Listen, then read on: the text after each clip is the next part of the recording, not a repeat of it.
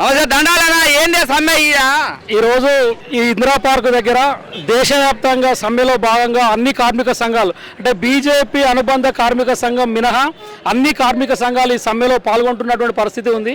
ఎందుకంటే బీజేపీ కేంద్ర ప్రభుత్వం నిరంకుశత్వంగా కార్మికుల యొక్క హక్కులని కాలరాస్తున్నటువంటి పరిస్థితి ఉంది. స్వాతంత్రం రాకముందుకే పోరాడి సాధించుకున్నటువంటి 29 కార్మిక చట్టాలని కుదించేసి 8 లేబర్ కోడ్లుగా తీసుకొచ్చారు. అంటే ఈ 8 లేబర్ కోడ్లు ఈ దేశంలో ఉన్నటువంటి కార్మికులకు బెడలకు ఉరితాళ్లలాగా ఈరోజు బిగించేటువంటి పరిస్థితిగా ఈరోజు కుట్రపూరితంగా నరేంద్ర మోడీ ప్రభుత్వం ప్రయత్నాలు చేస్తూ ఉంది.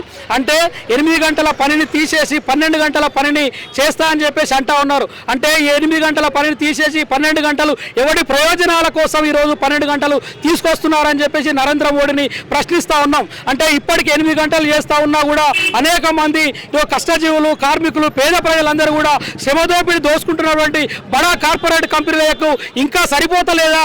12 గంటలు పనిచేసి దేశంలో ఉన్నటువంటి బడా పెట్టుబడిదారులు కార్పొరేట్లకి కట్టుబెట్టడం కోసమే ఈరోజు నరేంద్ర మోడీ ప్రయత్నం చేస్తూ ఉందని ఈరోజు స్పష్టిస్తూ ఉన్నాం. అట్లాగే కార్మికులు కనీసమైన హక్కులు ఉద్యోగంలో జీతాలు కలిగేటువంటి హక్కు లేదని చెప్తా ఉన్నారు. ఉద్యోగంలోకి తొలగిస్తే ఎందుకు తొలగిస్తున్నారో అడిగేటువంటి హక్కు లేదని చెప్తా ఉన్నారు. కనీస వేతనాల్ని అమలు చేయాలని చెప్పి సుప్రీంకోర్టు చెప్పింది. అంటే కనీస వేతనం 26,000 ఇవ్వాలని. అంటే వేతనాలను కూడా ఎంత ఇవ్వాలో కూడా కనీసం సమ్మె చేసేటువంటి కార్మికుడికి హక్కు లేదని చెప్పేసి నరేంద్ర మోడీ ప్రభుత్వం చెప్తా ఉన్నారు. అంటే ఈ దేశంలో స్వాతంత్రం వచ్చిన తర్వాత కార్మికులు వెట్టి చాకరీ చేస్తా ఉన్నటువంటి కట్టు బానిసల్లాగా మళ్ళీ మీరు మార్చాలని అనుకుంటా ఉన్నారని చెప్పేసి సందర్భంగా ప్రశ్నిస్తా ఉన్నాం.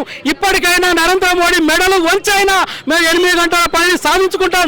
స్వాతంత్రం రాకముందుకే అనేక మంది ప్రాణత్యాగం చేసి బలిదానాలు చేసి రక్తార్పణ చేసి ఈ బానిసత్వాన్ని వెట్టి చాకరీకి వ్యతిరేకంగా 8 గంటల పని సాధించుకున్నాం.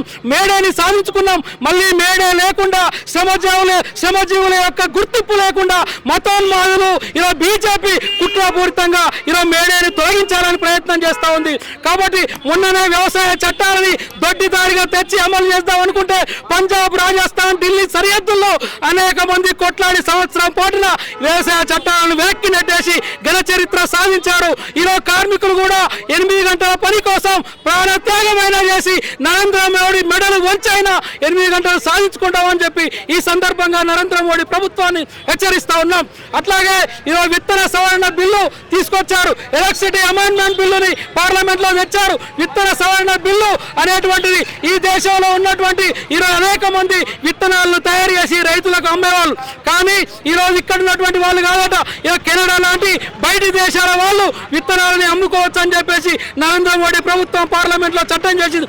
అంటే ఈరోజు 50 రూపాయలకు ఉన్నటువంటి కిలో బియ్యం రేపు 150 రూపాయలు పెంచడం కోసమైనా కార్పొరేట్ కంపెనీలకు నువ్వు ఈరోజు అర్హత ఇచ్చేటువంటి పరిస్థితి ఉంది. అట్లాగే ఎలక్ట్రిసిటీ అమెండ్మెంట్ బిల్లు స్మార్ట్ మీటర్లు పెడతా ఉంటా ఉన్నావు. అంటే ఈరోజు ఫోన్లను రీఛార్జ్ చేసుకునేటట్టుగా డబ్బులుంటేనే కరెంటును వాడాలని చెప్పేసి నువ్వు మాట్లాడుతూ ఉన్నావు. అంటే ఈ దేశంలో కష్టజీవులు కార్మికులు శ్రమజీవులు ఎవరైతే ఈ దేశంలో సంపద సృష్టిస్తూ ఉన్నారో వాళ్ళని నువ్వు చీకట్లోకి నెట్టేయడం కోసం కుట్రపూరితంగా ప్రయత్నాలు చేస్తా ఉన్నావు. ఖబర్దార్ నరేంద్ర మోడీ, దేశంలో ఉన్న కార్మిక సంఘాలన్నీ రాబోయే కాలంలో పెద్ద ఎత్తున పోరాటాలు చేసి మా హక్కులను సాధించుకుంటామని చెప్పి ఈ సందర్భంగా ప్రభుత్వాన్ని హెచ్చరిస్తా ఉన్నాం.